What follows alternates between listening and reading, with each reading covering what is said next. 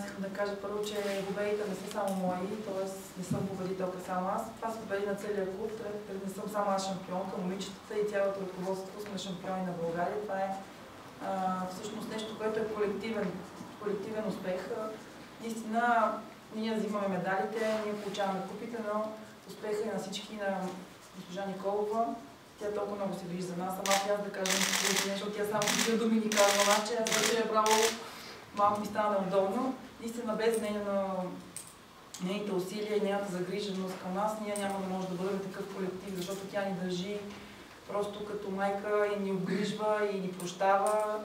И това е при нас много голямо семейство, наистина е така, не се парадираме, не че да парадираме с това нещо, по-скоро наистина е така, ние се прощаваме, ние се обичаме, ние се влагаме се с сърце и работим винаги с хора, които имат същото отношение към нас, обикновено така. За новия сезон много се радвам, че Тони се съгласи да бъдем заедно. Ние се познаваме от доста отдавна, някакви си 28 години се познаваме. Сме приятелки също толкова време. Радвам се, че тя ще е до мене и ще може да ми помага и да предаде този опит, който тя е придобила в годините в големия волейбол. И не в посредствения, в големия, защото тя мисля, че е единствената, която има спечели 2 шампионски титли на Европа. Добре, в Италия пред на шампионска лига си играла на... Да. И всъщност тя играла наистина много голям волейбол. И искаме всички момичета, които са около нас, направо да получат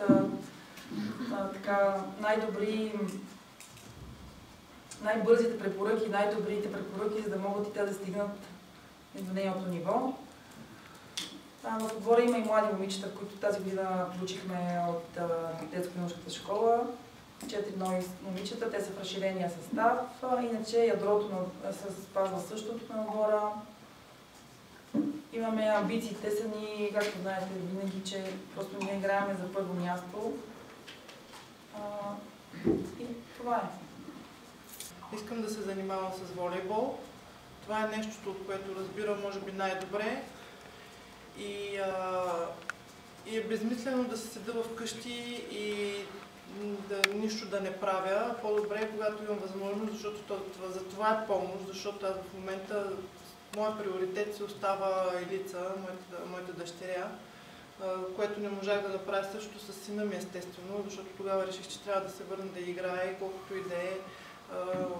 Не ми беше пълноценно отношението към него, но за сега за мен си е приоритет дъщеря ми, тя е все още малка и затова предложих моята помощ временно, в смисъл, когато мога и с каквото мога.